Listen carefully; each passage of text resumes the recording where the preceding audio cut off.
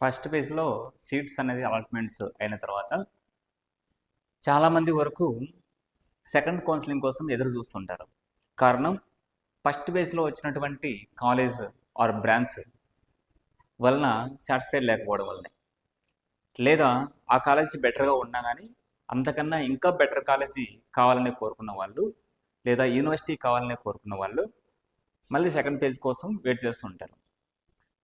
ఎవరు second phase వరకు వెళ్ళరంటే దగ్గరలో ఉన్నటువంటి వాళ్ళు, ఈ కాలేజీలో సాటిస్ఫై అయ్యేవాళ్ళు.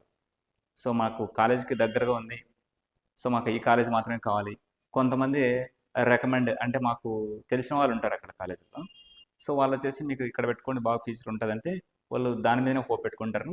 సో సాటిస్ఫైడ్ వేరేది తీసుకోవాలని అయితే ఉండరనమాట. లేదా ఎవరైతే ఫస్ట్ ఆప్షన్ పెట్టుకోమంటారో, ఫస్ట్ ఆప్షన్ సెకండ్ ఆప్షన్ అందులోనే సీట్ వచ్చింటుందో, ఫస్ట్ ఆప్షన్ సెకండ్ ఆప్షన్లోనే సీట్ వచ్చింటే వాళ్ళు కంపల్సరీ ఫస్ట్ పేజ్లోనే వెళ్ళిపోయింటారు, సెకండ్ కౌన్సిలింగ్ వరకు వెయిట్ చేయరు. సో సెకండ్ కౌన్సిలింగ్ వెళ్ళే వాళ్ళు చాలామంది ఉంటారు. మరి సెకండ్ కౌన్సిలింగ్ ఎప్పుడు నుంచి స్టార్ట్ అవుతుంది అనేది చాలామంది వరకు ఇంకా లేట్ అవుతుందా, ఇంకా సెకండ్ కౌన్సిలింగ్ వరకు వెయిట్ చేయాలనేది మళ్ళీ ఒక టెన్షన్. సో ఇవన్నిటికీ చెక్ పెడుతూ మీకు సెకండ్ కౌన్సిలింగ్ ఎప్పుడు ఉంటుందనేది చెప్పడం జరుగుతుంది. ఇప్పుడు 26వ తేదీ వరకు మీకు కాలేజీలో రిపోర్ట్ చేయాల్సిన అవసరం అయితే ఉంటుంది. ఫస్ట్ పేజ్లో వచ్చినటువంటి సీట్ని మనము కాలేజీలో రిపోర్ట్ చేయాల్సిన అవసరం అయితే ఉంటుంది. ఇందుకోసం మనము allotment order and joining report ఇవి రెండు 2 సెట్స్ అనేది తీసుకొని పోయి జాయిన్ చేసుకుంటాం.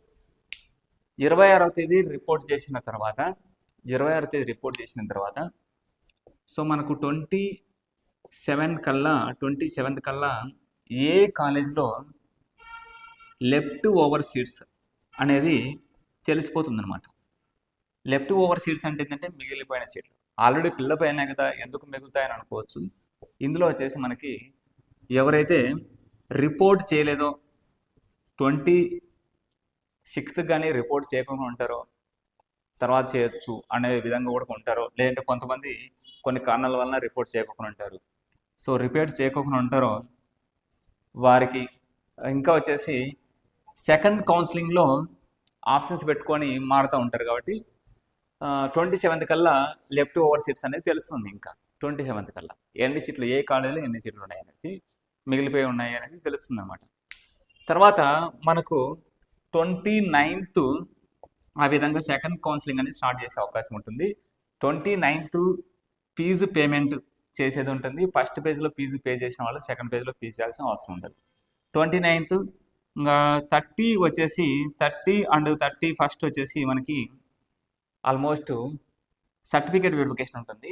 సర్టిఫికేట్ వెరిఫికేషన్ మనకు అయిపోయి ఉంటుంది కాబట్టి మనకు అవసరం లేదు. ఎవరైతే ఫస్ట్ పేజ్ కౌన్సిలింగ్లో వెళ్ళలేదో వాళ్ళు చేసుకోవచ్చు. మనకు ఆల్మోస్ట్ ఫస్ట్ నుంచి 3rd వరకు ఆప్షన్స్ పెట్టుకోవడానికి అవకాశం అయితే ఉంటుంది. సో కాబట్టి మనకు 28th, 29th, 30 ఈ టైమింగ్లో సెకండ్ కౌన్సిలింగ్ వచ్చే అవకాశం అయితే ఉంటుంది. ఆగస్టు 4th నుంచి క్లాసులు స్టార్ట్ అని చెప్పారు, కానీ ఆ వీక్లో ఎప్పుడైనా కానీ కాలేజీని బేస్ చేసుకొని ఉంటుందన్నమాట. సో సెకండ్ కౌన్సిలింగ్ మనకి ఎక్కువ టైం అయితే తీసుకోదు, అప్రాక్సిమేట్లీ అంతా 10 days లోపు అంతా కంప్లీట్ అయిపోతుంది. Thank you.